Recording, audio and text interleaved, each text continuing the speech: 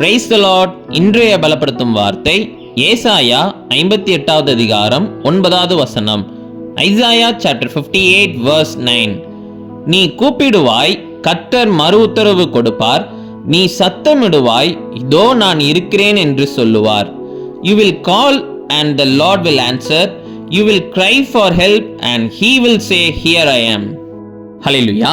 வேதவசனம் சொல்கிறது, நீங்க கர்த்தரை நோக்கி கூப்பிடுகின்ற பொழுது கர்த்தர் உங்களுக்கு மறு உத்தரவு கொடுப்பார். நீங்க ஒவ்வொரு காரியங்களும் சொல்லி ஜெபித்து ஆண்டவர்கிட்ட உதவி கேட்கின்ற பொழுது கர்த்தர் உங்களை பார்த்து இதோ நான் இருக்கிறேன் என்று சொல்லுவார் என்று வேதவசனம் சொல்கிறது. உங்களுடைய வாழ்க்கையில ஒவ்வொரு சூழ்நிலைகளிலும் கர்த்தரை நோக்கி நீங்க கூப்பிடுகின்ற பொழுது கர்த்தர் உங்களோட பேசி வார்த்தையின் மூலமாக உங்களோட பேசி உங்களை பலப்படுத்துவார்.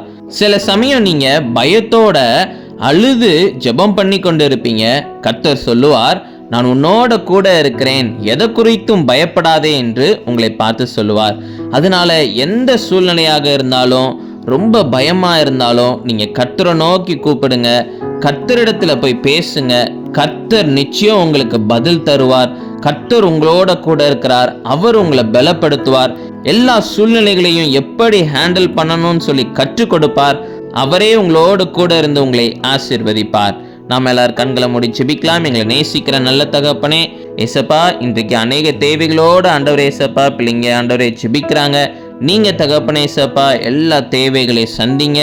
ஆண்டவரே ஏசப்பா அநேக சூழ்நிலைகளின் நிமித்தம் ஆண்டவரே ஏசப்பா சோர்ந்து போயிருக்கிறாங்க. நீங்க தகப்பனே ஏசப்பா பலன் கொடுங்க. நீங்க தகப்பனே ஏசப்பா கற்றுக் கொடுங்க.